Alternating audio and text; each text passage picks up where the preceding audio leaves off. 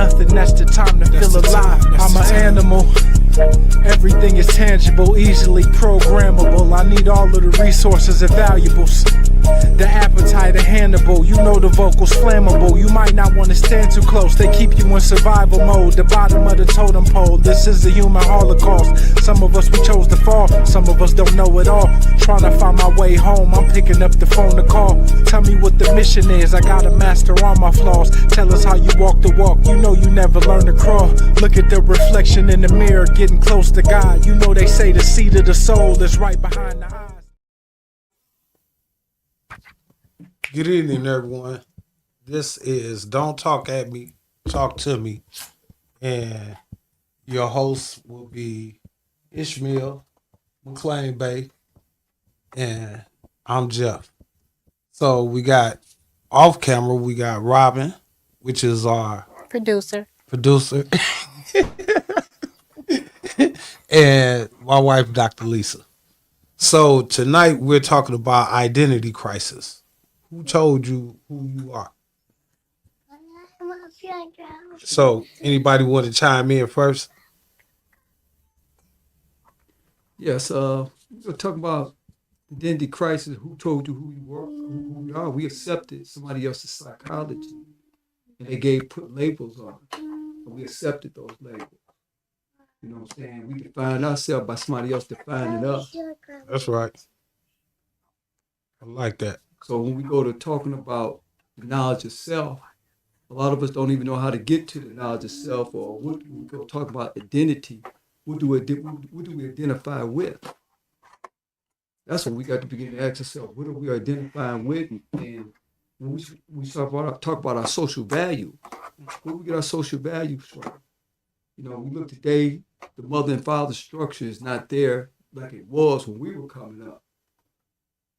So we identify with who we claim to be our mothers and our fathers, or the slaveholders.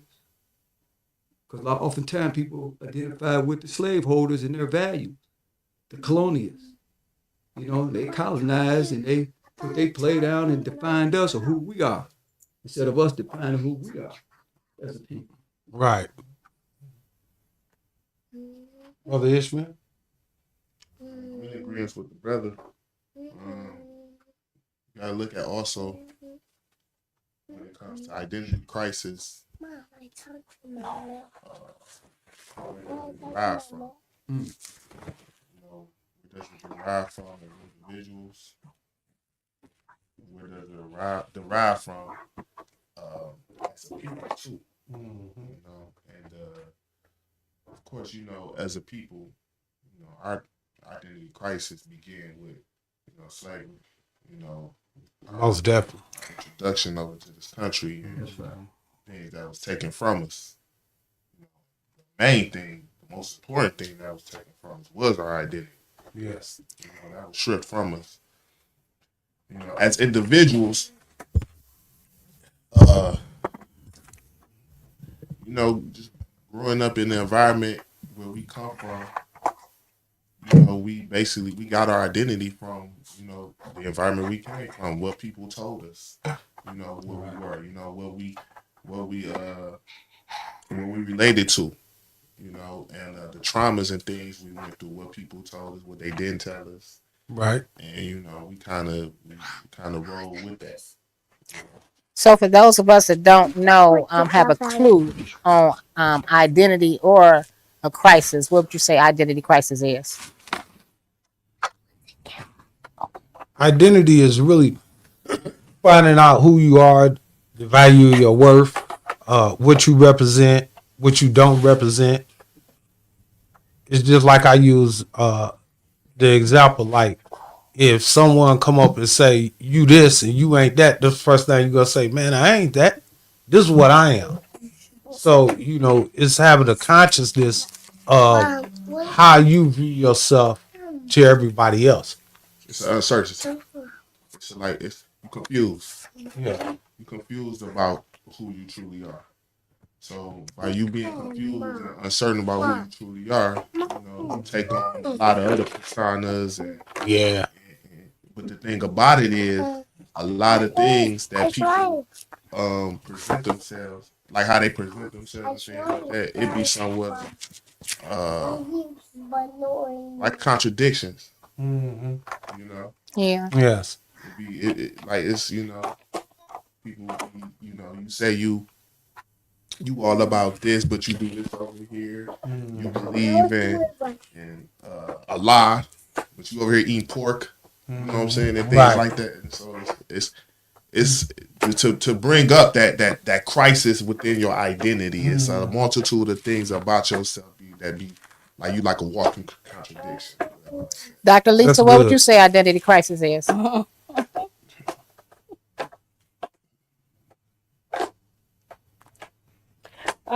a lot of people don't know who they are because they don't know where they come from. A lot of people relate That's good. us to Africa, but we never came from Africa. So you're product of your environment, but your identity comes from your parents. So, and knowing who you are is them raising you and teaching you about your heritage and where you come from, and all those good things that go along with that. So you don't have parents. Where do you pick your identity up at? Well, it takes a community to raise a child. It really does. We are our brother's keeper. I mean, you can learn from different people. I mean, we have a lot of people that teach you that's not really directly connected to you. They're not your physical blood, meaning that they're not from your mother or your father, but they know a lot about different things, and so they teach you. So I mean, you can get it from different places. It just depends on your environment and where you're at. But we should learn from one another. Do we think it's a crisis? Do we think it's a crisis amongst our people? Absolutely. Most definitely. Yeah, if you look at our actions, if you look at how we move, Oh, God. you most definitely look at how we move in that. It's like we lost. We have no direction. We don't know where to go.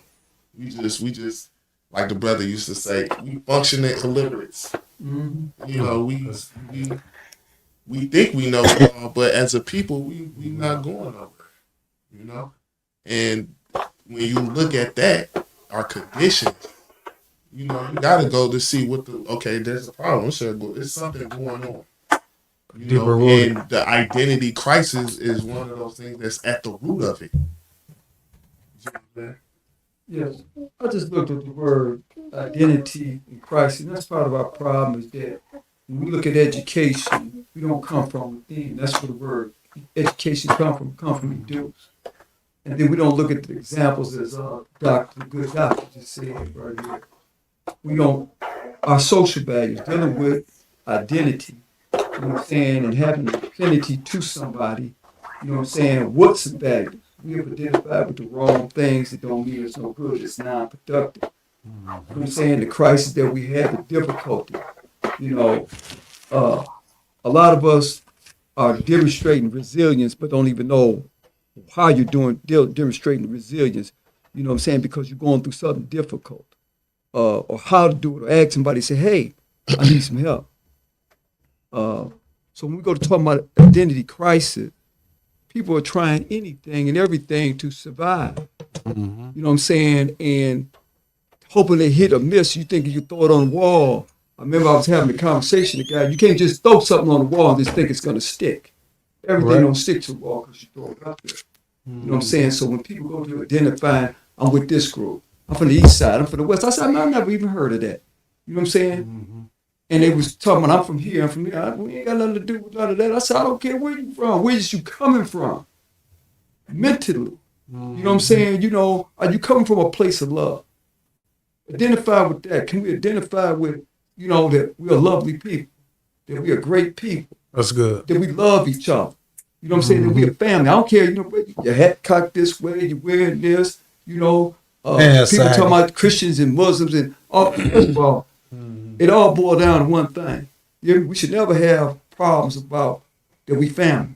We can look at each other and say, hold on, You know, if we just look at the outside, you know, but you can't just identify somebody from the outside because you got to look within, and it boils down to your spirit. Do you think this identity crisis keeps us from unifying as a whole? I see in our city alone, we have more churches, mosques, and nonprofits than any city it is. It's recorded that we have more churches than any state. And we all say we practice in unity. Do you think that the identity crisis is stopping us from unifying as much as we should? Yes, because And being a force for change? yes, because people have, when you look at the Christian religion, Muslim religion, or any religion, period, there are divisions within that. I believe this, I believe that, and if you don't believe the way I believe, then we can't get along, and that's not true. That is not true, because if you threw me a life preserver and I was drowning, I could swim now. I'm grabbing it. I don't care what your religion is or what you're identifying with. I'll thank you. And give you a hug, a kiss, and whatever. You hear me? Your husband had to get me up off you. Yeah. Because that's how it was when I was drowning. You hear me? Yeah. It was an angel that came and got me. You know why that is? Because of your mindset going into the mode of self-preservation. So Yeah. all the things, Right. that's right. just go out the door Self-preservation, once your life, when it's a matter of life and death. Yeah. Hey, Yeah. I don't care who it come from. I'm grabbing that rope. Right. And I'm getting up out of here. You know? Some people don't know that they're in a crisis. I spoke about today to Robin and Bridget. That they might hear it Tubman. Your wife's going to hear Tubman's too. You know what I'm saying? Because they're not playing. This is serious. A lot of people don't understand that they're in a crisis.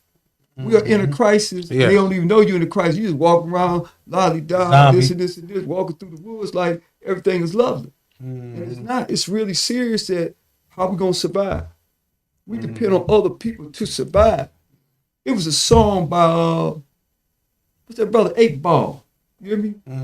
And you know, I don't like using that term, the derivative term of Negro, because I don't identify ourselves as niggas. I don't identify ourselves with that. Some people feel comfortable. Why don't you just call us God or goddesses? Give us something to really identify with so you can live up to that. Right. Don't be calling me Attributed killer or names. snake or whatever. I can't let you in the house. You just told me what you was. Right. No, you can't get in. Who you? I don't care if you was Robin's brother, whatever. You just told me your name was Snake. I'll let you in here. I'm Right. going to sleep. I most definitely get that because What I'm saying, and that's where our problem come in at the number one, that what we call ourselves. What do we define ourselves as? we got to get back to a good name. Yeah. You Are know. we really brothers and sisters? Are we really family? I had to ask that to my family. That's I don't even know y'all. But I'm the bad guy because I say something. Yeah. Our names, used to represent attributes of Right, who God. we should strive to be instead of, we wasn't named after no colors. Yeah. We wasn't named, all these old crazy names people came up with. And the game was we just run with it.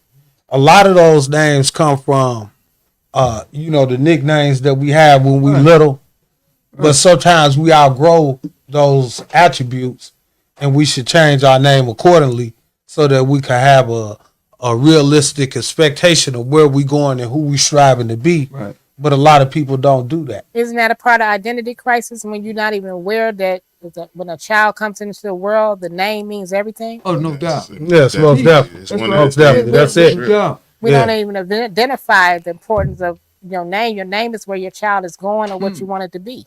It's part of Right. the, It's a rite of passage. In the Book of Roots, 'cause I did a lot of reading stuff. Like the doctor here, the good doctor, and Robin. Our mentors. Kunta Kinte raised his daughter up and told her the only thing greater than herself. A lot of people don't see something greater than themselves. Ain't no man greater or no other woman greater than whatever. You know what I'm saying? Nah. We're all equal. Exactly. Most people don't even understand the term when they use that line, all men are created equal. They don't even know we're talking about the spirit and the soul.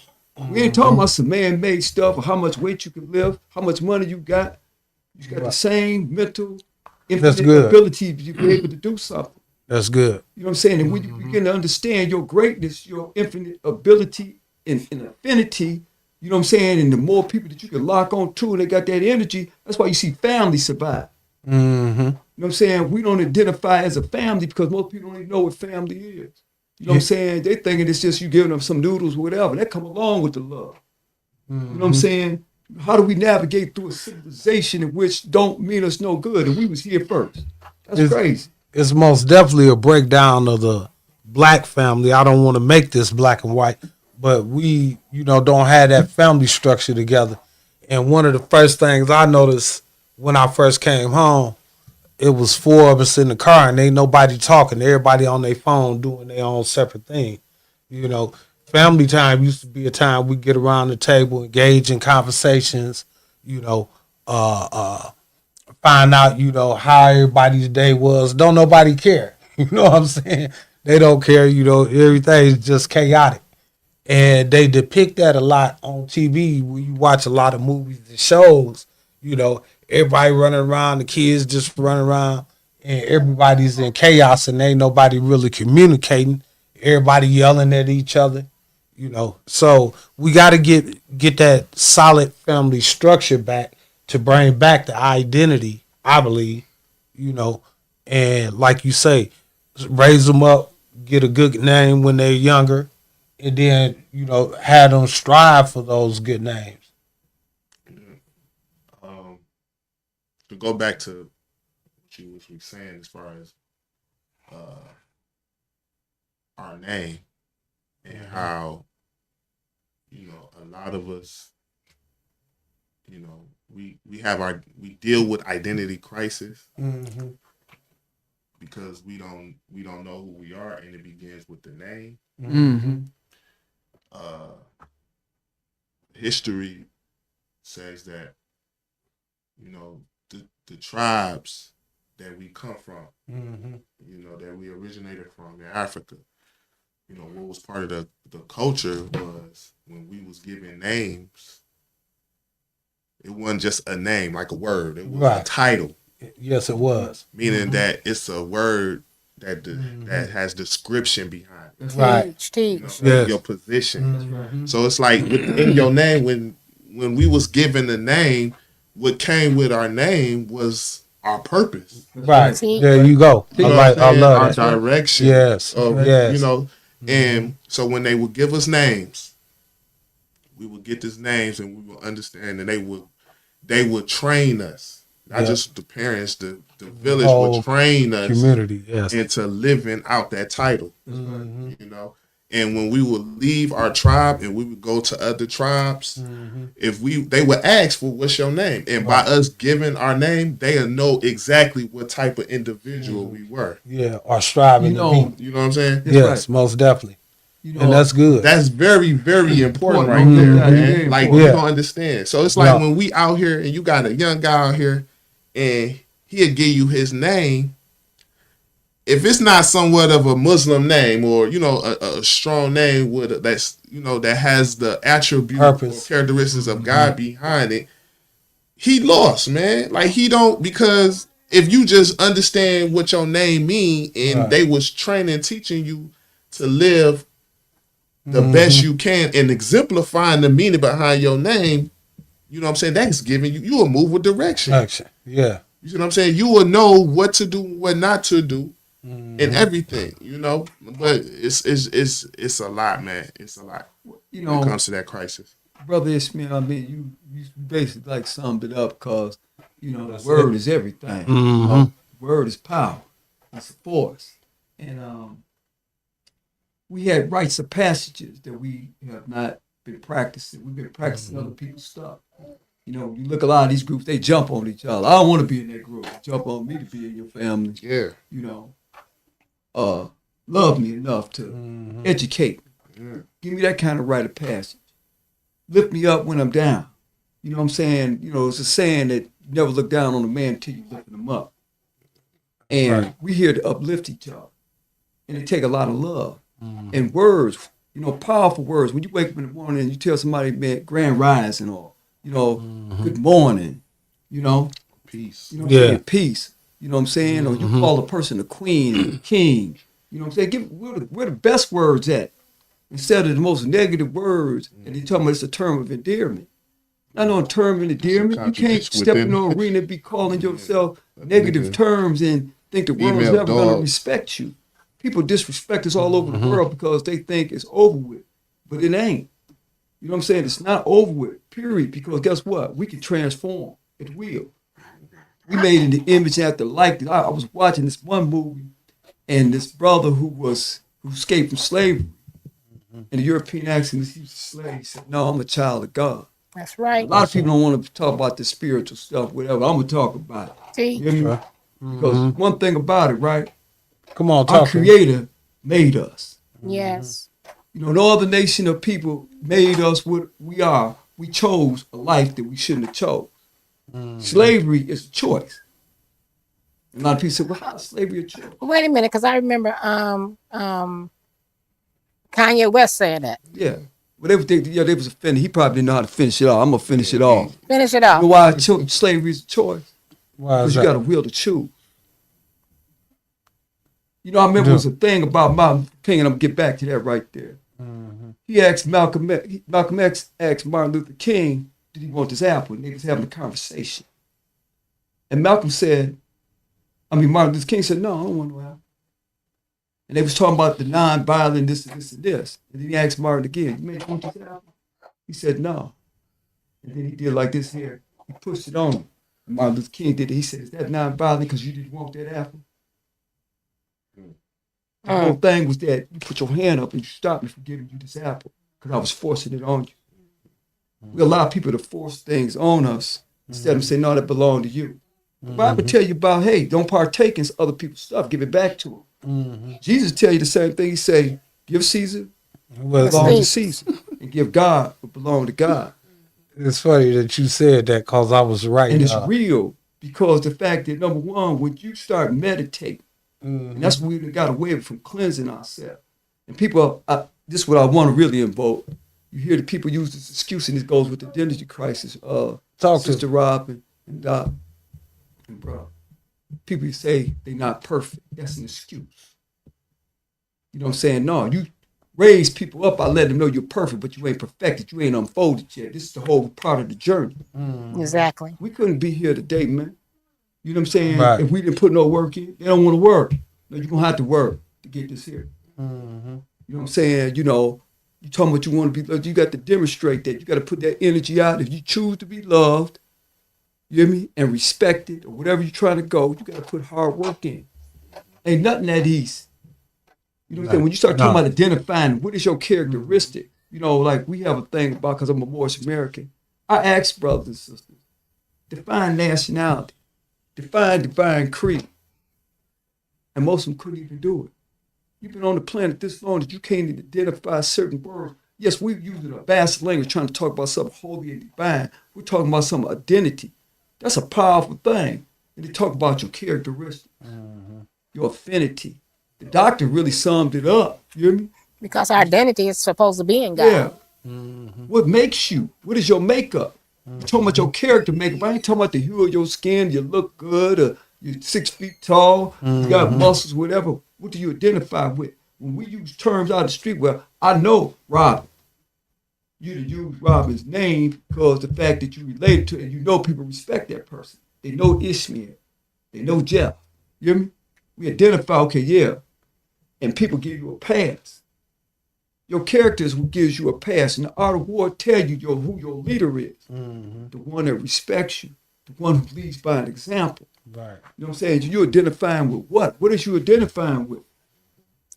At the end of the day, we're in a crisis. We're in a difficulty because we choose to be in a difficulty. You know, we be out here in other people's communities and you see how they You have work to, in harmony. excuse me, you have to break that down when you say, I understand you, but it's a lot of people that does not have the mindset to understand and all they hear on the screen is you saying you choose to. Explain and break down what you mean when you said a person choose to be a slave or they choose to be those things. Break that down in ABC terms. Okay. We have a will to choose. Everybody's born with a will to choose. You have an inalienable right by the Creator So at that time, if you chose not to have slavery, if you said I don't want slavery, what was it going to Choose cost you?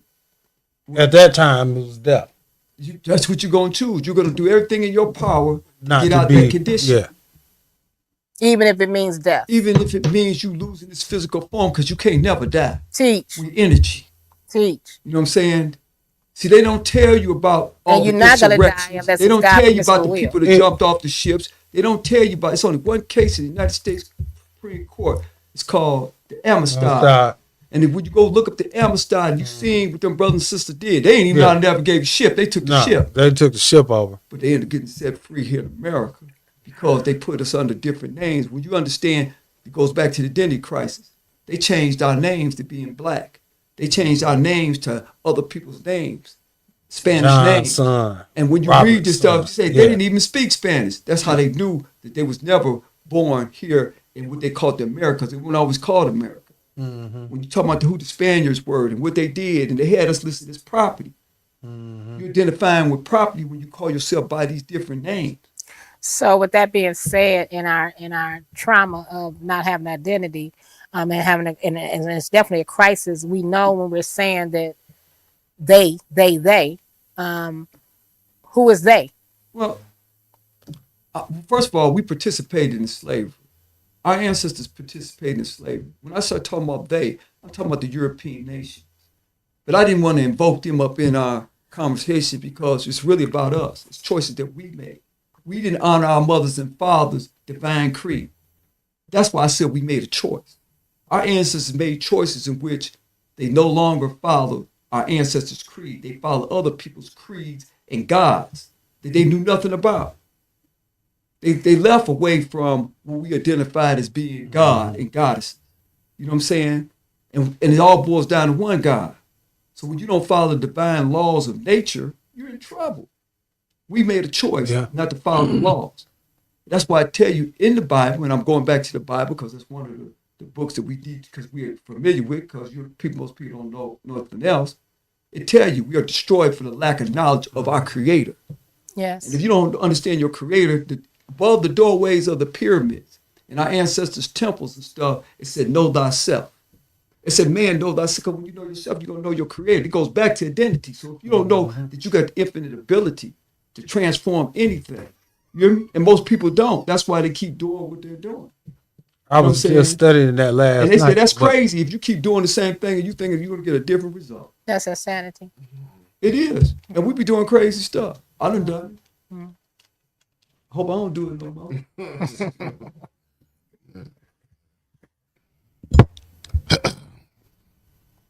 You know, when we look at the condition of our people, Marcus Garvey, look at what Marcus Garvey did. He said, up, you mighty race, and accomplish what you will. Because they could identify what was going on. They got rid of Marcus Garvey intentionally. You know what I'm saying? They got rid of a lot of the women intentionally because they didn't want the women to teach that old time stuff. You hear me? Right. They know if they got the woman, they got the child. I want to chime in for a second because, like, I was just, talking about render to Caesar what Caesar, to God was God, and a lot of the stuff you just touched on. And what I wanted to say, You my brother. I expect you to know that. Me and you think alike. right? Most definitely. So one of the things that, like, people don't know it, I did a lot of time because I chose not to conform with what they was trying to put on me. Who was that? That was my will, the Michigan Department of Corrections. You chose not to conform. Yeah. So it wasn't I was just running around tearing up stuff, but like with the phone systems, for example. I was trying to tell the young men, don't get that crap put on there, because if Sprint lose money, they ain't going to try to put it on it. They're going to leave it like it was. This was back in the 90s when it first came out. Well, that was a strategy. Yes. And that's what we should have. Yeah. Yes. So, it was things like that, because when you take on those type of roles, you get a target put on your back. And my will was to not die in the Michigan Department of Corrections. So no matter what they did, I made sure that I was still in good shape and had all my mental, physical, and spiritual faculties the same as I came out. Do you think the identity crisis that we have as a people have anything to do with where we get our information from? Yes, most definitely. Because a lot of times we go by what we're told instead of searching it out for ourselves. And if you like society, I could say that they most definitely, even from school, you know, they tried to shape me to go one way, but I ended up going another way. But I don't regret any of it because Do you it think that made was me God? who I am today. Do you think that was God that let you not conform? I was learning God at that time, so he most definitely had a part in it. But for the most part, it was my will to not allow them to break me, because they was most definitely trying to break me, break my spirit, especially IMAX. Anybody So, ever been to IMAX know that. so the same system that you're speaking of that was trying to break you then, is that system you feel operating today? Yes, most definitely. Like one thing I learned, especially dealing with this country and business, people don't want change because it's gonna hurt their pocket if change is implemented. You Well, kind of understand what I'm saying? I really want to speak on that, what you're saying, because why would they want change? It has nothing to do with, why would you think, Well, why would you everything. think your enemy won't change? Well, I'm saying what I mean by that is that we're in an evolving world, so things evolve. It was like I was telling him, MB, about Facebook, and he being stuck in the ice age. That's what's new now. So to still be out there with the block phones, where we moving in a different direction. Technology is advancing, everything's advancing. That's what I'm saying about that. Is it But though? Is it though? yes, it most definitely is. You can I stand don't. back. Let's sit back and think about it. Is technology really evolving? It is. They don't went from 2G to 3G, You 4G, you you. and I'm just giving you, just off the hip examples. But it is evolving. What is it evolving to then? Look, let me give you an example. What is it I'm evolving into to? music, so the way that we did music with analog, everything is digital now.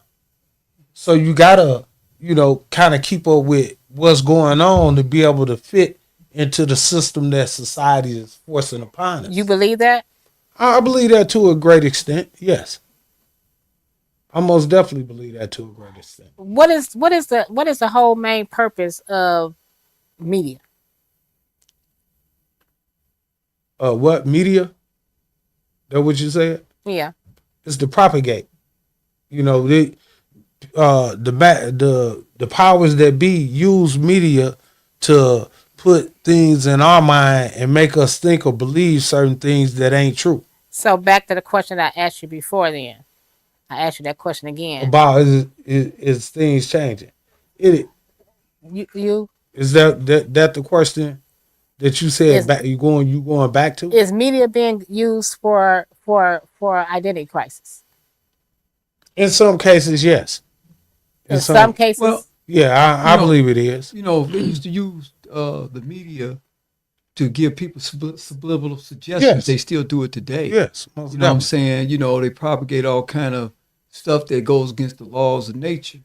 You know what I'm saying? And whoever controls the media, you know what I'm saying, affects how people look and see And think, things. yeah, You know what I'm saying? So most yes, definitely. it's always being used. We got all kind of stuff coming at us, from the media.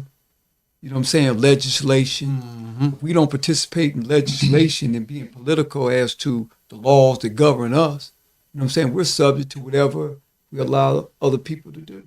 Media is used for mass communication. Yeah. Yes, most How definitely. you communicate to the whole. That's right. And when it comes to the ways that they communicate to us, what they communicate to us is what they want us to know. That's right. What they want us to hear, see, feel, Teach. and they have their reasons of why they do that. The ones that's in control. But it is just like Y2K. You know, they had everybody thinking one thing, and what? Didn't nothing happen? What they were saying was gonna happen. You know what I mean?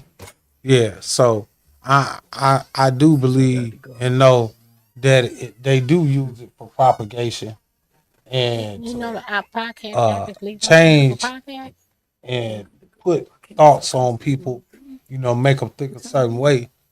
But and that has a lot to do with our identity because we lost it and we haven't found out how we're gonna get back to it.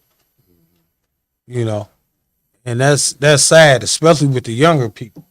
You know, they got so many outside suggestions because you know the family structure ain't there. They don't have a man in the house showing them how to be a man. They just trying to figure it out on the wing. You know, and we see that all the time. Yeah, well, you know, the first divine government was the mother and the father. Those are the first teachers. Mm-hmm. You can't identify by your leadership skills as being mothers and fathers and working in harmony. You know what I'm saying? You can't never lead. You know what I'm saying? So that's why you see the children doing whatever they do because the parents did whatever they wanted to do and was no structure. And we touched on a lot of things, but we go to talking about being teachers, and I hear a lot of people sometime on TV talking about I'm not a role model. Then what are you? So you're influencing somebody. You're in a position to influence somebody just being in front of a camera. You know what I'm saying? You know, they got all kind of crazy videos and stuff and people doing stuff that, you know, could in their life. You know what I'm saying? Can affect people's lives and people try it because they see somebody else try it. You know what I'm saying? So when you go to talk about who's your mother, who's your father, and the doctor had touched on it earlier, it talks about structure. You know, it talks about, you know, who is influencing us. You know what I'm saying? Who did you identify with? What characteristics did you identify with for you to be able to say, well, hey, this is going to be my personality when I wake up in the morning? You know what I'm saying? This is how I handle a crisis. Or how do you think? People teach you how to think. This, you know, like people teach people, we were talking about financial literacy. If a person's never been taught financial literacy, if a person have never been through a struggle, how do you handle a struggle? You know what I'm saying? You know, like we had grandmothers, you know what I'm saying, that preserve food, that cook food. You know what I'm saying? If you never had that example, that, hey man, I learned this from my grandmother. I learned this from my auntie. I learned this from my father. He picked up a hammer. You know what I'm saying? Some people, I don't know what to do with this. Right. Yeah. I watch it. Okay, so I watched this show, Yellowstone. You never heard of it. It's a show called Yellowstone. Yeah. I know what you're talking about. But they got off. They got like it's the show Yellowstone, but then they got also other shows that's tied into the series. They got one called 1883 and one 1923. So right now I'm watching 1923. But the what I'm learning and getting from the entire show is very good and is very possible. Yes. Because you have a family, you have a man who's has land and understand the value and importance of land. That's right. You know, and he was taught this, he was trained this, you know, and not only about land, but about family. Is that the Structure and Kevin everything, Costner right? character? Yeah. Okay. Yeah.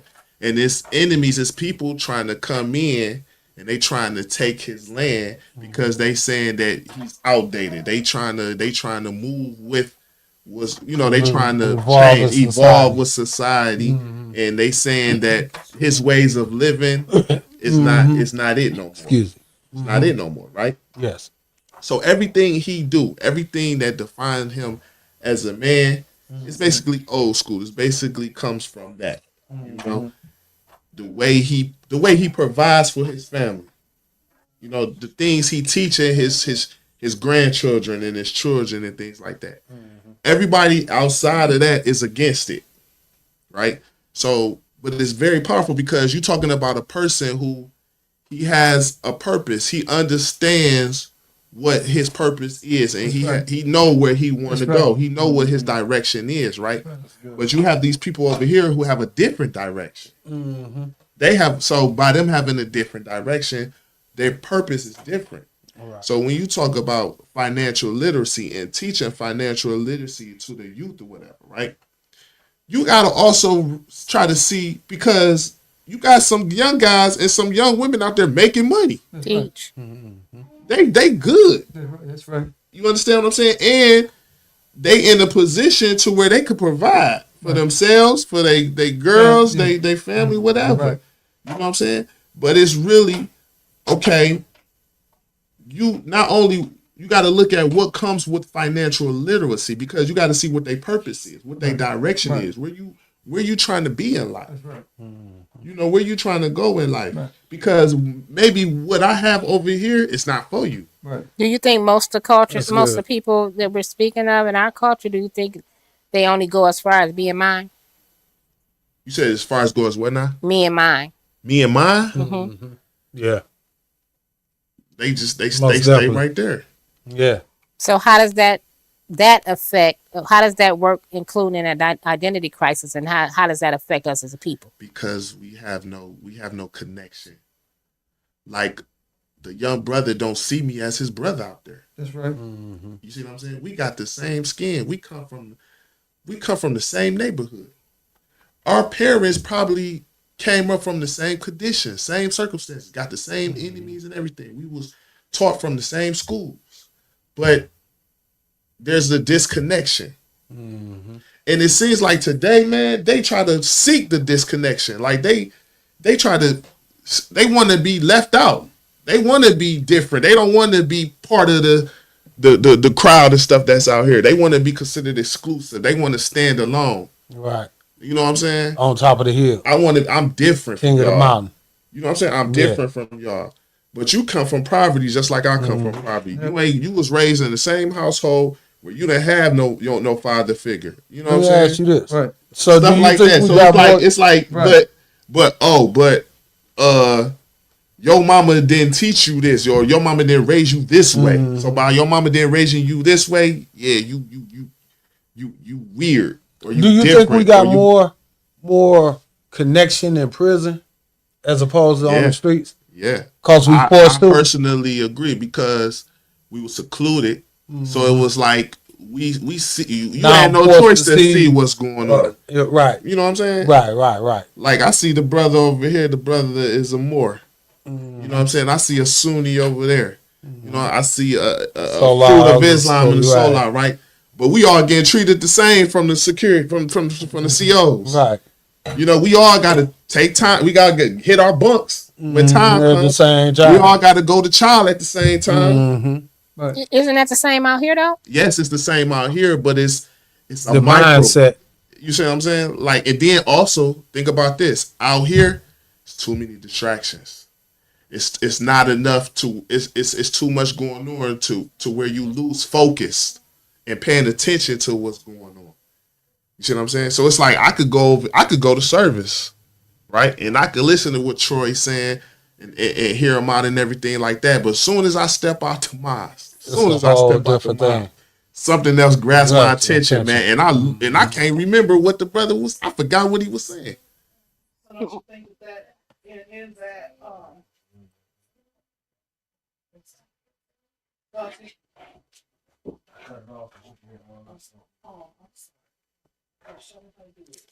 But I forgot what the brother was saying. And then as I go on, as I leave the mosque, go back home or go back to my environment, nobody came to the mosque with me, so I ain't got nobody in my corner. You see what I'm saying? To remind you what To keep that thought in my head. What were you gonna say, Dr. Lisa? You feel me? I was just going to say that all that goes back to discipline, right? So in prison, you're made to be disciplined somewhat because you got to go by because you're confined and it's no freedom like it is once you come out here. It's open game, right? Ain't nobody telling you what to do, how to do it, none of that. You can go and come as you please, you know what I'm saying, and do whatever you want to do. So it takes discipline. You got to have discipline. The problem is, even using the scenario like you said, when you're in prison, you're forced to do it. You don't have a choice but to follow their rules or reap the consequences, right? Which is probably in most cases the whole, right? Yeah. They give you tickets and all that stuff. Out here, what you should learn coming from prison is discipline, so that when you do come to the free world, you're more disciplined because you've realized that it's open out here and ain't nobody telling you what to do. You got to make the right choices for yourself, right? And so when you get disciplined, then you're going to make the right choices. Then you could teach others as well. But when you're not disciplined, you're going to be all over the place and you don't care to be disciplined. You just want to do what you want to do. So it's a self thing. It really, even in prison, it's a self thing because in there you really ain't got to follow their rules. I mean, you can make it hard for yourself. You can make it hard. You have a choice, right? But So, you gotta accept the consequences that come behind the choices that you make. So okay, so when you come out here, I don't have to get on my bunk when count time comes. You know what I'm saying? And that's probably gonna lead me to go to the hole. You know, right? Or but think get about it, beneficial. Right? But think about it this way: when you come out here, it's still a choice. Yeah. Your consequence might not be as severe because you're not confined, right? To where somebody is over you 24/7 telling you what to do. But if you get caught out here, it's still a consequence, right? So it's a discipline there. You need to have discipline all the way around. So does identity crisis affect self-discipline? Yes. Identity crisis is the result of someone who lacks discipline. Come on, that's good. Wonderful. It's someone who lacks some aspect of this. Break that down and let Some me control. give me understanding. So when you talk about, okay, I'm gonna use this as an example. Like, I have children. One of the things that I'm trying to teach my children is they at that age where they need to learn how to be responsible and accountable, but it's really about responsibility, right? Mm-hmm. So I give them tasks. I give them jobs, things that they need to be doing.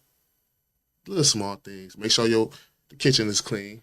You know, make sure the trash is taken out. You know what I'm saying? The night before the trucks come. You know this. You know when it comes. You know every night clean the kitchen. You know this, you know that, right?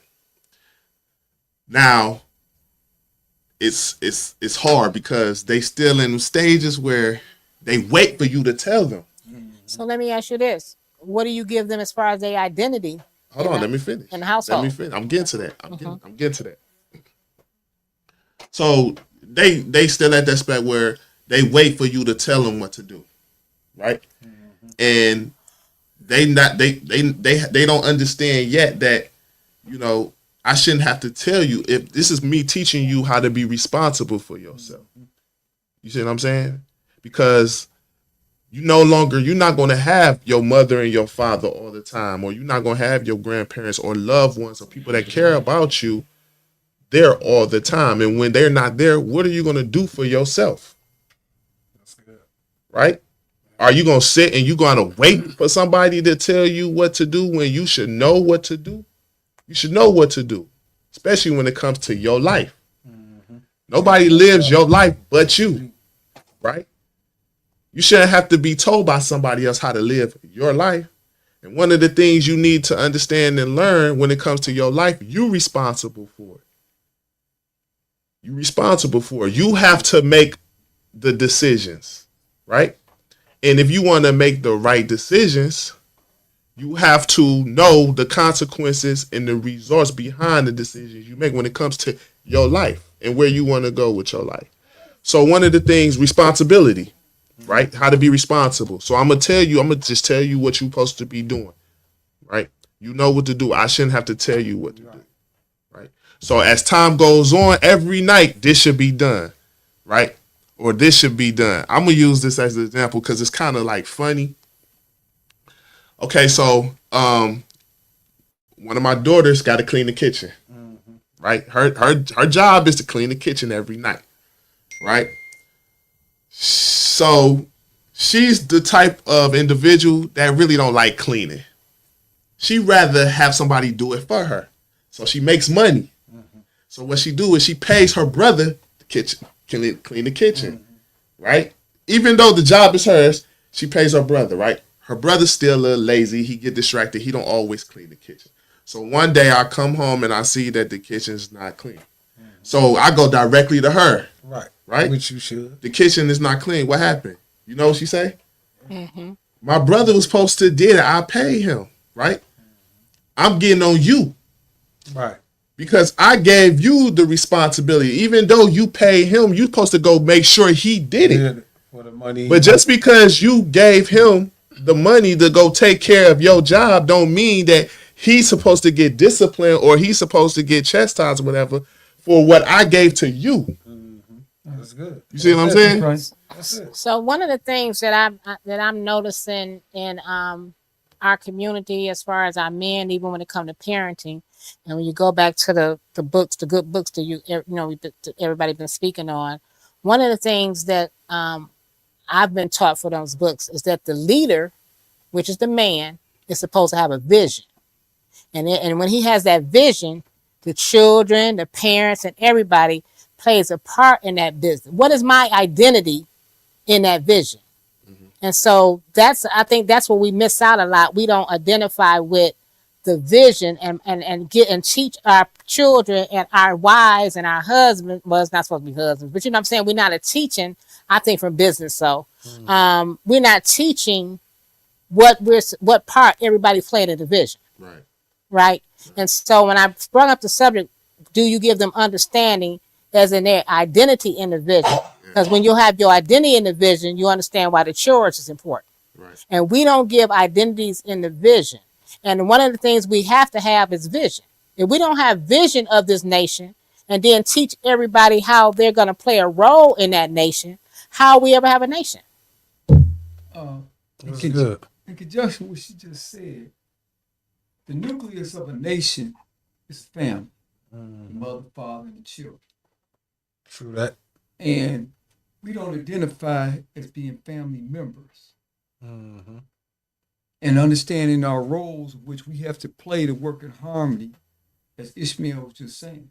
You put your responsibility, I gave you responsibility, you push it off on somebody because you paid somebody. Did they do it to the standard in which I gave it to you? And did they do it as I instructed you to do it in a timely manner? You know what I'm saying? People don't understand their importance. You know, we have that in the workplace. You know what I'm saying? People don't understand the importance. Everything deals with the timing, just like boxing, swimming, whether you're playing the drums, you know, whether you're playing the piano, whether you're playing the piano or whatever, you know what I'm saying? It's a rhythm to everything that we're doing because it's the timing. When that food got to be cooked, when somebody get hungry, you know, building the building. You know, we can't have an illusionary agreements. And when people begin to understand the importance of that, a lot of times people don't because they're caught up on their own desires. Survival. You know? Yeah. Yes. So go back to what you were saying. Man vision. Let's say the man's vision is building this nation. The growth and development of his people. Right? The growth and development and the longevity of his bloodline. Right? It's for as long as it could exist. Can't do it by myself. Right. As a man. No. Right? I need the woman. Because she's the one that helps me bring life into existence. That's right. Right? I need her. So her role is that help me. Yes. I'm going to give you this vision. This is my vision. I need you to help me fulfill that. Now, how many of our brothers out here do? You have some out here that have visions and they have helped me, but like I said, there's a disconnection, there's a misunderstanding because some guys got the wrong vision. And some guys thinking that even if their vision is to build a nation, the growth and development of the people, right? Is your action showing that? is it showing growth and development, or is it showing in due time somewhere down the line destruction? And I'm in the business world and I deal with men every day. And I can say out of all the men that I deal with, from Pakistanians to Arabics to African Americans, In America? Hmm? In America? In America. Alright. Did I say it wrong? No. I'm In America. I cut you off. I should have let you finish. No. Okay, you good. The different cultures that I deal with, only two have came and told me they vision. Like when you talking about men, they don't come with the vision. And if you don't come with the vision, where are you leading me to? And that makes it hard for anybody to follow if they don't know the vision. So we as a people, and being on Don't Talk At Me, Talk To Me podcast, we need to be able to have solutions. And one of the solutions could be men start giving us vision. Sharing their Well, vision. but listen, hold on. Hold on. Because, you got women out there that got a vision of their own. That's right. Yeah. We had to. I know. So Because they feel like they can't depend On the man. On the man. why do they feel like that? Because personally, I feel like it's all falls on us as a man. The Farrakhan teaches where there's no decent men, there's no decent women. Teach. It all falls on us. I feel that women follow us. They look for us for guide, direction. That's how it's always been. It's how it's always been. If the man was to change his mindset and everything tomorrow, it would affect the women, the children, and everything. And that's where the identity crisis comes. That's where the identity crisis comes in. So, let's say you have a good man.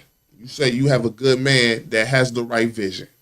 I want growth and I want in development of my people. I want to build my nation, right? You not going when it comes to you knowing the work, the understanding the work that it's going to take, and you can't do it by yourself. You need the woman. You need the right woman. You got to go to certain places to find that woman. You understand what I'm saying? That's going to be work within itself. Right. Today, to finding the right woman to help you fulfill your vision because of the woman and the circumstances that has shaped and molded her to be who she is over here in America. And that's furthering of this system's attack on us as a people, and further the identity crisis, because there is no fathers in a lot of places. There is no mothers in a lot of places. And there is no women to help in a lot of places. So when there's not that, what does one do? Because it could still be done. It's a lot of work. I'm going to tell you what you have to do. You have to exercise because you got to work, man. It's a lot more work. It's hard work. Hard work. At the end of the day, you can't escape work. It ain't going to come easy. It's just, it's work. I know in the business world, especially in promotions, when you're getting ready to give a promotion event or something, we're always told that when you're promoting, don't look for your people that you're cool with to be the ones to come. You always get outsiders. So what I'm bringing that up to say, in a vision, you may not get the people that you think. You may not get it the way it's supposed to be set up. But if you put the vision out there, make it plain, then it's scripture that tells us, man will run with it. So, you know what I'm saying? So we need to see more men with visions so that we can follow. But if men always hold on to their visions and waiting for the right opportunity and waiting till they get themselves together and time is steady going by while all that's happening, we're still sitting here without a vision. We're still sitting here creating visions when that's not what we were called to do. But in order for us to be able to move as a people, God has been... women. Yeah, we as Right, women. yeah. We as women. Because that's not our place. Yeah. God did not create us to be the visionary. But he will raise up whoever he needs to raise up to get what he need done. So, Amen. So our identity crisis is, even in that, it's not important. We don't even realize the concept. I'm looking at the faces of my brothers, and we don't even realize the power of you having vision for your people. And we also, sis, let me just add this to this. A lot of men don't even know what vision is. And so this is the problem. Some men equate having a vision to running their households as dominating the woman, controlling the woman, and do as I say and nothing else. Well, that's not the way that should go. If she's truly the help meet, he has to understand his role and she has to understand her role, and then together they thrive better together. But when one is dominating the other one, it's just not a good situation, because then now that person becomes your master. And it's not good, because now it's like slavery all over again. Do as I say, and you really ain't got no input on this, and that's really not the structure, and that's not the way it should go. So when we learn to work together as one unit, because we should be one unit, right? Unit, yes. We should be one unit. It shouldn't be That's take you got discipline your within way, itself too. I got my way. No, once you marry somebody, you're supposed to become one unit. Right. But the problem is we got men that don't understand what being a man is. We do have women that don't understand what being a woman is, and when That's they come together, they don't know how to thrive together. To tell the truth. Because they haven't been taught. So then we have men thinking that if you control the woman, you're doing what's right by telling her what to do, right? And it just gets out of control. You don't get nothing done. So how do your vision start to come to pass? Because now she feel like she in prison. and here's a solution right there. So And here's the solution for that. And we need to take that solution. If you keep pointing the finger at her, and she keep quit pointing the finger at you, and work on sales, that's it right there. and learn that what the unity is all about, That's it right there. then we could two can become one. You know what I'm saying?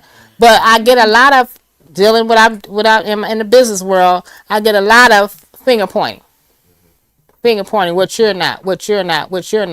And then more than anything, we was talking on this before the podcast even started, and we need to bring this into the podcast. Ego. Yeah. Men's ego will tell them, I can't accept what wisdom she's giving me because I don't want her to see that she's leading. When it shouldn't be looked at like that. No. Any wisdom or anything that a woman has, that enhances you. But And it shouldn't be a challenging situation. It should be the uplift for you. Here's the thing: if you capable of leading, I ain't got no problem with whoever you is lead. Do what you do, cause everybody got a lane. Well, everybody's good at something. So I can't get mad cause you know how to do the job that I probably ain't good at. We had an illustration today. That's ego, like you said. That's your ego getting in the way. We had an illustration yesterday, and I'm going to bring this up. Excuse me, cutting you off. Our illustration yesterday was day before yesterday, one of them days. But someone in our office needed a brief, a document, right? Mm-hmm. A person came up with the document quickly, right? Mm-hmm. But they didn't want to accept that document because they're the one with the title. And they should be the one how to document. But not even looking at the document is theirs anyway. It doesn't matter who writes a document. And as a woman that needs a king and has a king in her life, whatever wisdom I have is his. Right. It's not a separate. That's what the sister said, doctor said when she said two become one. Right. Whatever I come, it's to give it to him. So it can belong to him and he can give it. It's not supposed to be me saying, okay, I'm the one who know how to do it. Let me do it. It's supposed to be given to him so he can move it because it's his, because I'm his. And that's how we have to start moving and start moving separately. Right. Whatever wisdom God gives me, I'm supposed to give it to him. Right. I'm not supposed to take on the role because I'm the one who got it, who gave it to. No, I am a helpmate. A helpmate gives it to the person that's supposed to be doing it. Right. You don't take on, and that keeps me humble in my place, and it keeps him in his place, and that's all according to how Allah, God wants it to be. And that's how we have to start moving, but we can't move it as long as we have this identity crisis. And one of the things that I deal with all day, and I'm getting ready to start eliminating some because it's beginning to affect my health. Where you moving? And I can see it coming on. Is that we as when our identity crisis, we always gotta defend ourselves. You can ask, is the sky blue outside? And the person gonna tell you, well, I didn't look out yet. I gotta see. I gotta do that. I gotta do everything that to comes from defend. somewhere too. It's so much work all around. It's just so much work. Cause you have, You know, let me say this here because I seen some of the stuff that she was talking about. And a lot of times when we go to talking about not willing to self-help, we got to look at what a person has been through. You know what I'm saying? And are they willing to receive the help? See, that's what you first got to identify with is that is a They got person the willing to Michael receive Jordan it. What syndrome. is your purpose? Because Ishmael kept talking about purpose. And most people don't know what purpose is. What is your purpose being here? You know what I'm saying? How long do it take for you to do this? You know, I know we got 86,400 seconds a day, and it's quality time. Let me ask you this. When I say the Michael Jordan syndrome, they say Michael didn't want to pass the ball because he didn't have confidence in his teammates making the shot. So you think that's it? They don't have confidence in the person that's helping them? Well, it's a human ego come involved. The human ego. Michael Jordan still won 6 championships. Listen, the human ego. I'm gets not saying there's involved. nothing Listen, wrong with it, but I'm just saying I've seen is that the problem. I'm saying I've seen certain things in which Robin said, and I know the human ego get involved. You know what I'm saying? As to when you already have a preconceived understanding about certain things. Some people don't know how to rise to the level of accepting, hey, I'm ready to receive this wisdom that a person has. This is where you have the conflict when men and women are going at each other, whatever, that they want separate instructions from a woman. And I was talking to her about Solomon and Makeda, the Queen of Sheba. You know, I think that was one of the greatest love stories ever told. You know, and until we tell the story for real, because don't nobody know nothing about how we love. You know what I'm saying? And when you have that kind of woman in your life, you know what I'm saying, that you call it a helpmate, a partnership. You know, people don't have a partnership. You know what I'm saying? You know what I'm saying? I want a co-pilot. I heard a brother say that. You know what I mean? I want somebody to know how to fly this plane too. I don't want to be the only one flying the plane. Hold on, take this plane. You know what I'm saying? You know that you know how to do what I do. I do what you do. And somebody know how to carry us working together. A lot of people don't know how to work together. A lot of people don't know how to delegate. And this is one thing we have to learn when we start talking about we family working in harmony. Because if you don't get up in the morning and go get them eggs or milk that cow, then I'm getting up. You know what I'm saying? You know, although that ain't my job, I got to go handle the horses. And another thing, I'm not coming over to your place where you got horses, cats, and what's the name, and not gonna use them. Not gonna help you fix them and clean them and do whatever you need to do with them. How do you come into someone else's territory? But If you come into somebody's territory, you must want something. So what you want, obtain it. yeah. But you can't obtain it if you don't get it from them. Well, I think it has not been a lot of examples, and I know it could take time because I know when I had people with me, you know, I had to show them the way, you know, and the purpose, because I desire for you to have what I have. You hear me? I don't want you to be looking at my stuff like it's your stuff. No, get your own stuff and learn how to maintain it. You know what I'm saying? You know, it's like when Ishmael was talking about his children. He, you know what I'm saying? Hold on, I want you to have your own. This is me and your mama stuff. You hear me? You know, so I like the little bit, few things what Bill Cosby was telling his children, because he was teaching them how personal responsibility, and you do that. Your life. You do that, Doc. You know what I'm saying? Y'all teach people personal responsibility. Ishmael, you do that. You know what I'm saying? Because number one, you're a important piece to this to this vision. family. You know what I'm saying? Understand that. You know what I'm saying? Not that you can't be replaced. You have to replace you. But number one, you're an important key to this because this is a machine, and the machine got to keep moving. This is divine movement for self-improvement. I coined that phrase already, so don't be taking my stuff. Divine movement Yeah. for self-improvement. Yeah, this is a One divine of the movement. things we need to take from these people that keep their foot on our neck It's how they run business. And how they run business is if you not fitting into the place where I put you, there's another one out there. That's right. So in order for I see people do it every time. If they want to keep that job, they break Tighten their up. neck. To keep it. So when you look at that and you see that mechanism has been working, you follow that suit. So if a person is in a position and they want it, they're gonna do what they do to keep it. You know, That's And true. so we have to realize in our identity crisis, and I think somebody was saying it yesterday. In our identity crisis now, the young people now, they don't want to put no dues in. They don't want to put no labor in. They just want you to hand it to them. And they don't want to work for them. And the Bible says something about they become wiser but weaker. So they wise in technology, they wise in things, but they don't want, but they're weak because they can't take nothing. So we got a lot of young people that's getting nervous breakdowns, going into depression, going into anxiety, not focused, 27 years old, still in their mama's basement playing games because they have an identity crisis. And their identity crisis is they have a false sense of entitlement. that's right. And that false sense of entitlement comes from an identity crisis for sure. Right. Because if you identify with who you are, you know you have gifts and things inside of you that you must get out here. I believe brothers that been in our situation, we used to looking at that as being soft or weak, and we have a low tolerance for it. I know I do. I do too, and I ain't been there. And yeah, and like first thing we'll say, like, man, if you don't get out of here with that weak stuff, or like Supreme used to always say, man, right now you acting like a B.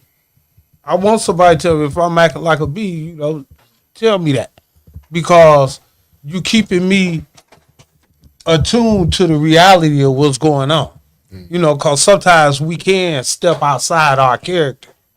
We all have moments of, That's really the identity crisis. We outside our character. It's called, yeah. And sometimes, I say slap you back to reality. Snap out of, you know what I'm saying? But we do.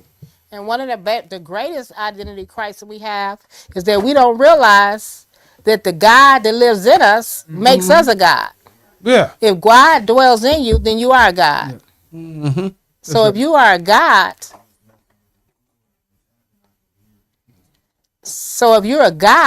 Mm-hmm. you know what I'm saying? Right. You will move like a God, but your identity crisis that you don't identify yourself as a God. I'll watch people fight all day. They'll say all day, oh, Jesus lives in me. He lives in me. But then when you tell them, well, then that makes you a God. You know what I'm saying? Not the God, but you a Right. God That's because right. he's in you. Well, They fall out apart and they don't even rise like a God. Speaking about the word definitions, and we have to get to definitions of things. Schematic. What is the word God mean? And not in the sense that the slaveholders done said it, but God in the sense that, number one, you're a ruler. You were created a ruler. Force and power. You know what I'm saying? And when you understand that, that's how you were created. Most people talking about they identify with being Christian, and they tell you were made in the image after the likeness of God. You was already created perfect. You weren't perfected. You got to put some work in to become Jesus. You hear me? And if Jesus tell you supposed to imitate him and you ain't doing it, then you doing something wrong, because the temple of God is within. That's what the book says that most people say they claim and having the crosses around their neck. You got to be that. You can't talk about it. So we say, Be about it. don't Don't talk talk about at me, it. talk to me. Right. You know what I'm saying? So be the message that you say you bring. If you saying that you representing this, then represent that. You know what I'm saying? Exactly. Don't be talking what's that? Them oxymorons. You say one thing and you mean another with the forked tongue. Hypocrite. Yeah, you're a hypocrite. You know what I'm saying? And I'm saying I'm perfect, but I'm not perfected. So if you see me doing some things I shouldn't be doing, you should say, "Hey, bro, you got to tighten up." You know what I'm saying? Right. I'm still on the spiritual journey. I wanted to say something. Yes. We all are. Now, question. One of the original questions that you had was, how can you reckon? I don't know if you asked, but I'm gonna say it now. Can you recognize somebody that's going through an identity crisis, right? And from us standing on the outside, outer appearance, right? That would just be like that person will walk in contradiction, right? From like the things that they wear, like you look at their lifestyle, like how they live, right? Now, I can't necessarily say that a person, because you have women out here who have they walk around with things that they didn't come into this world naturally with. Let's just say that. Whatever. Like, Go with this Let me finish though. Yeah. Let me finish. Yes. Because just because I'm starting to learn, just because that may be the case, it doesn't necessarily mean that they have an identity crisis, meaning that they're lost or they're confused about who they really are. Because you could sit up and you could go talk to a woman, she still might really have knowledge of self. So you think so that was a thought before? That maybe if a woman had I things used to- that she I wasn't used born to with. think like oh that. wow, I never knew that. Hold on, Okay. wait. I used to think, right, that a woman would Fake stuff on. have fake stuff on because she probably didn't love her true natural self. I used to think that. I had a lady tell me the other day, it's funny you said that. Well, what about men? The first time a man do what he come up with the women is talking about that. But what about men? They go get their beard shaved, they go get their this done to them, That's and why I that's said- enhancing themselves. Right, that's why why- can't we enhance ourselves for the Exactly. beauty that we want? Exactly. That's why I said I used to think. I like don't that. think That that's it was an identity enhancing crisis? itself. No. Shaving. If you get something done, That ain't how you naturally done. You ain't naturally come that way. I think you're in trouble, brother. You ain't naturally come that way. I'm throwing you a life preserver. Okay, yeah, we're gonna leave that alone. They don't even. Yeah. You didn't naturally come with that And beard. then I think the Groomed. identity crisis will come in when the things that they put on starts to change their characteristics and things like that. Or When they it starts think to they're somebody because of the things they carry on. right, like they completely lose focus of where they come from, who you like. You know what I'm saying? So when it starts to have an effect on the individual, at that point, now you going through identity crisis. Now, there's a difference in wanting to enhance your beauty than it is to become someone else. When you want to become someone else, when you change your whole face or you change your whole body structure because you want to become someone else, that is an identity crisis. You know what I'm saying? And I'm not saying that a person can't develop from that, Yeah. but it is an identity crisis because you're trying to not enhance your beauty, but now you're trying to reconstruct your whole self. You know what I'm saying? So that's a difference. But if you're doing it, that's the motives too. If If I you're go to the gym and I work out to get muscles and stuff, is that identity crisis? No. Or is it that if you go buy some extended muscles and some extended you're right, whatever right. If that part, wasn't Extended that, muscle. That's Oh what- my that's god. because I told the person I go to the gym and I work out because I care about my health.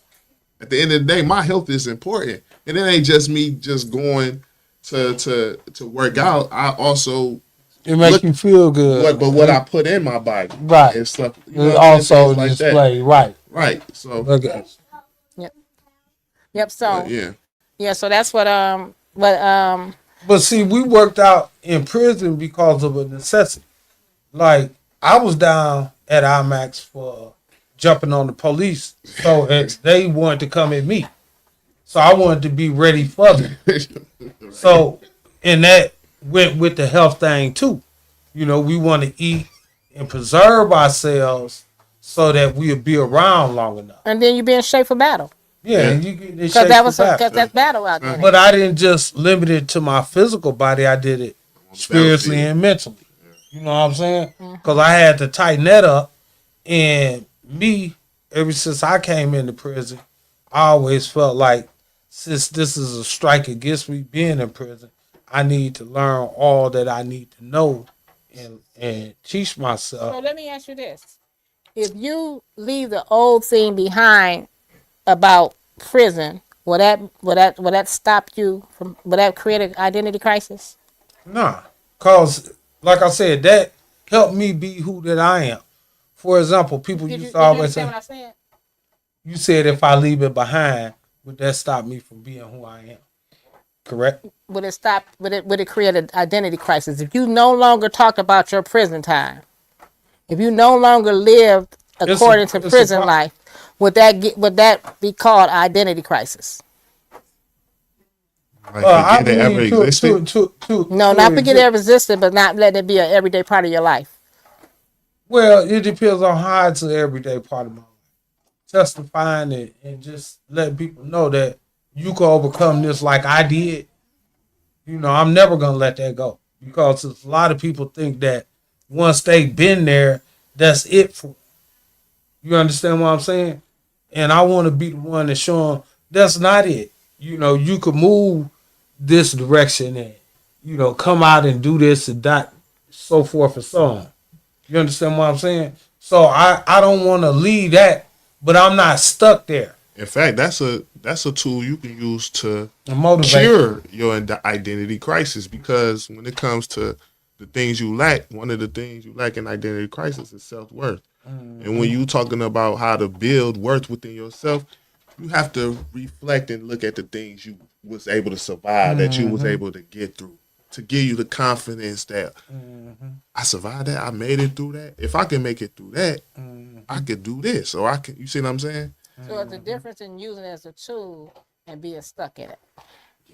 Yeah, because that's Right. yeah, that like you said, that's the difference between identity Yeah, crisis. like, don't get me wrong, the brother was right when you trying to relate to someone who went through what you went through, and you want to uplift them and let them know, Yeah. like, but it also deals with self too. Like, that's something that I survived. That's the things I went through that many people didn't survive or couldn't bear to go through. You're right. And so it's most definitely something that you could use.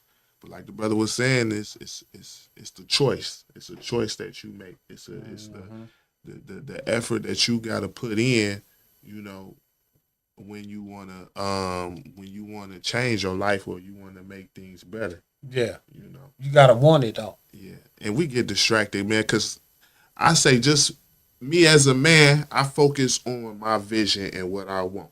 And when I look at my vision and what I want, the people that is around me, I have to figure and work with them and helping them. You see what I'm saying? Fulfill those visions and get into the things that I want. Like, no matter where I go, there's gonna be work on my part. Right. You see what I'm saying? Because a lot of them deals with identity, identity crisis and stuff like that. So if I went into your household now and asked one of your kids about what's the vision of the family, would they know? Yeah, they might know. They might tell you. Yeah, they might tell you. But just What's because the mic? because they know, don't mean we there. Like, we all on it, because it's still If work. you know, you'll start doing. Yeah, but So that's that comes with the work that you're doing every day. Right. Being consistent and Right. and the what's the names and letting them know the importance right. of why. Right. Everything that We I'm have to put teaching this you work and I'm in. training you to do, this is why. Like, I want you to have an understanding of why I'm about to slap you upside your head because, you didn't go Right. over there, or, things like that, I like that because like I didn't have the opportunity to raise my children, but I feel like I get a somewhat of a second chance dealing with the grandchildren. Yeah. And that's good. The guys that I mess with, that's the one thing. If they doing that, or if I see a young brother with his children, I compliment him on that and encourage him to do that. Well, I want to tell you as a parent, even if even grown, you still gotta nurture and you still gotta give them juice. Yeah. You still, my grown ones, I still gotta put it in with them. You know what I'm saying? It's a little more resistance, but soon as a problem happen, they're gonna be all ears. You know what I'm saying? So you never stop parenting. Hold on. You said before, as soon as there's a problem that happened on their end, You know, as soon as the problem come, who the first person they call? that come to They you. mom and daddy. Right. Yes. So that's why that's what I mean when I say I just focus on me and my vision, and I try to help the people that's gonna help me, because I can't, like I was saying before, I can't live your life. I'm not forcing nothing on you. You have an identity crisis. You may not see it. You see what I'm saying? But the only way you're going to see it is you hit a point in your life where that confusion and that sense of loss is present, and you because it happened with me to where it was like I went through something that happened and I was confused, and it messed me up to the point to where I needed to change. You see what I'm saying? And it'd be sad. It's kind of like a bittersweet thing because you try to prevent that with people that you love or whatever, but they be so hard. Yeah, because you don't want to see them go through that. Right. That they just rather bump their head. And sometimes when they bump their head, it might cause, you know what I'm saying? It might be the end of their life and whatever. Yeah, because you see what I'm saying? Sometimes you don't get a do-over. But that's what my trust in God comes in at. Yeah. Because they're His before they're mine. Right. So I have to be able to trust Him enough to know that what He's doing. Yeah. So especially when it comes to your grown kids, you know what I'm saying? That was powerful. What you just said as a parent. But listen, because as a parent, you can't be with them 24/7. You know what I'm saying? You can give them all you can give them, but if they, you know what I'm saying, if they choose the opposite, and believe me, I experience it. You know what I'm saying? And one of the things that I won't do, because I'm just like Jesus, I'm not gonna push myself on no one. If you come to me and I give you the wisdom, and you don't take the wisdom, the consequence comes. Now, if that consequence is not unto death, I'm gonna let you eat that. The prodigal. Because you're not gonna learn if every time you do it, and then I'm not insane. I'm not gonna give you what you need. You don't take it, then you mess up, and then I gotta eat your consequences. No, I'm not doing that because you're not my God. You're my child. I'm showing you the wisdom that God gave me for you to eat, so that you can not go through the consequences. So keeping your children strong, because if I'm not here, they got to be able to make function. It. Right. I let them hit their head, because if they hit their head, be the wisdom too. That's the wisdom. That be the wisdom. My daughter and them first started their restaurant. They started taking flights, calling me up saying they short. I'm short on the vending. I'm short on the rent. Right. No, I think Eric fell for it a couple of times, and you know what I'm saying. And my sister, she fell. But then we like, okay, wait a minute. Yes, I want you to live a great life, but I also want you to have wisdom. They got to reprioritize. I told them from the beginning, if you ain't got 50,000 that you can't touch, you ain't got no business on no flights. And if you think that you about to take mine, because you didn't handle yours, that's not going down. We all grown now. I do emergencies. I do can't helps. I don't do, and then I do gifts. But I don't do recklessness. No, I don't do recklessness. No. And so if you do that, you're gonna eat them consequences. So when they did it the last time, I said, stay up. Because I ain't doing it. And then everybody else got tired of Eric and my niece and my sister and all them. They got tired, so now they followed along with me, because before then I made them say, no, I'm gonna go ahead. I said, all right, go ahead. They catching flights everywhere, and I can't go nowhere. But I'm picking up. You know what I'm saying? No. Picking up, yeah. But you have to, and like you said, a lot of the identity crisis is in that too, because you traveling and trying to get relief from life when you really supposed to be soldiering. You need a break. That's the thing that, Mom, I need a break. I need a break. A break from what? This is life. I'm going to go to New York and take some pictures. You sound just like them. I'm going to go to Chicago. You sound just like them. You need a break. Right. You still got the same problems when you get back. Right. How about just trying to just solve the problem? You want to break from the problem. You know what I'm saying? You go through something, you want to break, then come back and go through it some more. That's exactly. Good, go through the break solve the problem. Yeah. Thank just you. solve the problem. Or come back to have to solve it 2 weeks late. Man, listen, man. I read this quote, man. This brother said something the other day, and it was deep. And I ain't even talked. I'm about to read it, man. After you read that, we're gonna get ready to close out for the day with our last comments. Okay, listen. He had posted it, and it was just so profound, man. While you're looking for it, I'm gonna ask, what would be your last things that you want to say about identity crisis before we close out? I think it's real important that we learn self and who we are from an internal standpoint, not from, the outside, cause the physical will always change, especially as we get older. I'm evident of that.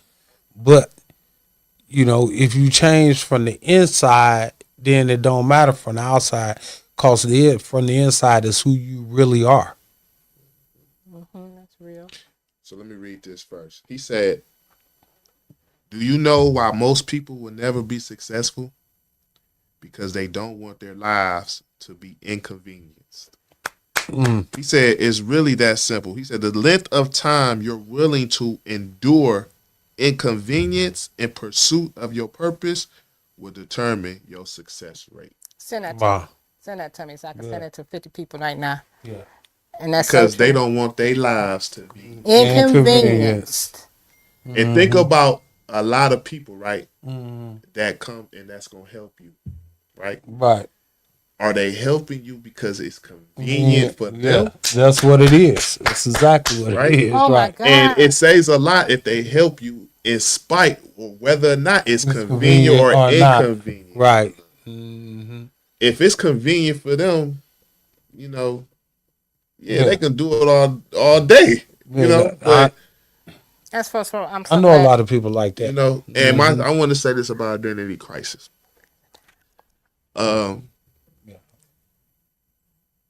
Hoping that you don't hit that point in your life, Mm-hmm. but if it comes to that point to where the confusion and the sense of loss of who you are it's not fulfilling the ideal or the where you thought by you doing this is where it's gonna put you. Mm-hmm.